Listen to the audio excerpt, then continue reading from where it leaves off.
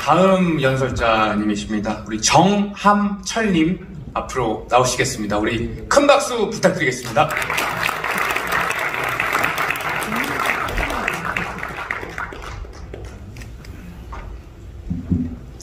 네, 안녕하십니까. 존경하는 자유애국진영 국민 여러분. 저는 2014년 11월 28일에 공식 재건된 서북청년단 국결사대장 정함철입니다. 제가 오늘 연설할 주제는 보수의 지평을 넓히라입니다. 누군가가 저에게 어떤 이념의 가치를 두어서 진보냐 보수냐라고 묻는다면 저는 지금껏 일관되게 진보라고 얘기해왔습니다. 좀 이상할 수도 있겠죠. 이는 사실 제가 지나온 제 삶의 발자취가 그렇습니다. 그리고 진정한 자유민주주의가 온전하게 안착되려면 보수와 진보가 균형을 이루어져야 됩니다. 아마 여러분들 이렇게 다 아실 겁니다. 지금 우리가 보수정당이라고 얘기하고 있는 국민의힘, 그 구성원들이 어떻습니까? 많은 이들이 다수는 진보진영, 민주당이죠. 민주당 진영에 있던 많은 국회의원들이 돌아선 분들도 많습니다. 그렇다고 그분들이 과연 자기네들 갖고 있던 진보의 가치를 버리고 왔을까요? 아닙니다. 그들 진보진영이라고 얘기하고 민주당이 진보진영이라고 지금까지 알려져 왔는데 그들을 들은 위선과 거짓된 실체를 뼈저리게 깨닫고 그곳에서는 진보의 가치를 실현할 수 없다는 것을 알았기 때문에 보수정당인 국민의힘에 와서 진정한 진보의 가치를 실현하고자 오는 것입니다. 그러므로 지금의 국민의힘은 보수정당이라고 불리기보다는 보수와 진보가 어우러져 있는 정당이라고 보는 것이 옳을 것입니다. 아마 지금 민주당들 지금 보시면 알겠지만 과거 백계문부터 시작해서 많이 나오죠.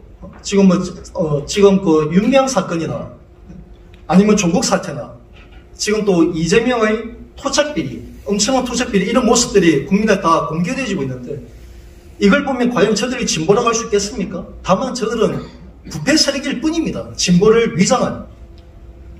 우리가 이런 가치에 대해서 정확하게 알아야 됩니다. 그런데 우리 스스로의 위치도 이제 돌아봐야겠죠. 과연 우리가 보수라고 얘기하고 그리고 자유, 진실을 외친다는 우리 자유애국진영의 현주소는 어떻습니까? 진정 2017년도에 보궐대선 때죠. 보궐대선 직후부터 여백 없는 가짜 투표용지라는 정말 말도 안 되는 그런 거짓 선동에 우리 자유애국진영에 완전히 암세포처럼 퍼져버렸습니다. 펜 마이크를 통해서 제가 수차례 공개 토론도 제시하고 해왔지만은 그 거짓 선동을 주장한 자들은 한 번도 공론화된 자리에 나오지 않았습니다. 여러분, 이 한 가지만 잊지 마십시오. 아직도 혹시나 부정선거였던 그 거짓된 선동에 쏟고 계신 분이 있다면은 선동하는 민경욱 전 의원 같은 분에게 한마디만 물어보십시오. 당신의 주장하는 그 주장에 당신은 어디까지 책임을 질 수 있냐? 당신의 주장에 법적 책임을 질 수 있습니까? 라고 한마디만 물어보십시오. 그러면 그 사람의 답변을 통해서 저게 정말 무책임한 거짓 선동인가 한숨을 깨닫게 될 것입니다. 지금 우리가 정말 보수의 지평을 넓히기 위해서 첫 번째로 해야 될 것이 뭐냐면은 정말 양치기 소년의 교훈을 우리가 되새겨야 됩니다.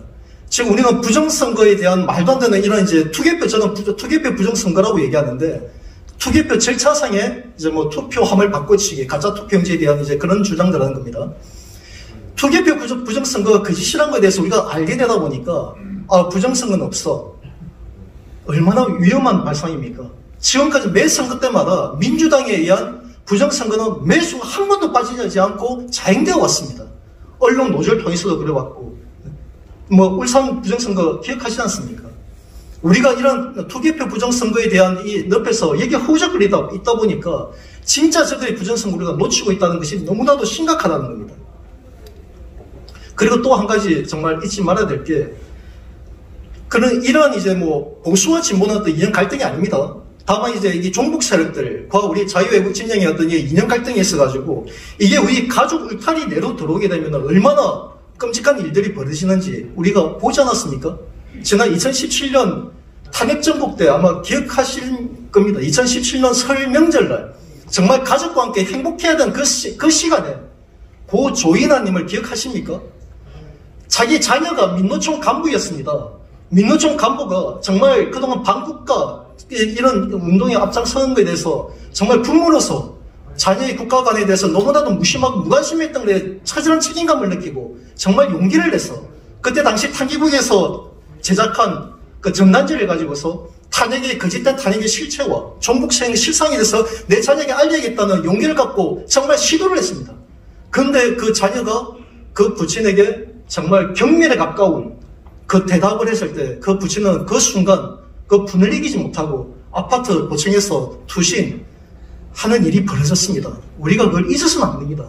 이게 우리 가족 내에 이런 이념 갈등이 돌게 되면 이런 참담한 일들이 과거에 해방 직후에 있었던 그 일, 그 이상으로 지금도 일어나고 있는 겁니다. 정리 부탁드립니다. 제가 정말 드릴 말씀 많은데 한 가지 말씀드리겠습니다. 우리가 정말 이 보수 진영이 정말 이걸 지금 넓혀나가려면은 정말 참된 진보를 우리가 품어야 됩니다. 그 중에 핵심적인 하나가 통일관, 아마 아시죠? 통일관에 있어서만큼은 정말 진보 진영과 보수 진영의 가치가 완전히 뒤바뀌어 있어, 그 역할이. 언제 우리 보수 진영이 인권이나 민주화 운동 언제 외쳐봤다고 보수 진영에서 그걸 외치고 있고, 오히려 진보 진영에는 그들이 북한의 어떤 경제 발전, 북한 주민들 먹고 사는 문제에 대해서 얘기하고 있어요. 이러니까 우리가 미래 발전이 없는 겁니다.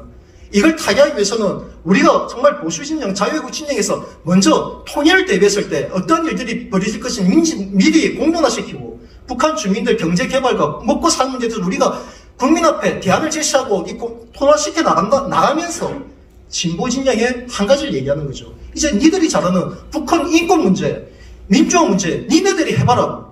그걸 우리가 국민 앞에 외치게 된다면 국민들은 저들의 거짓된 실체를 한눈에 드러나게 된다는 겁니다.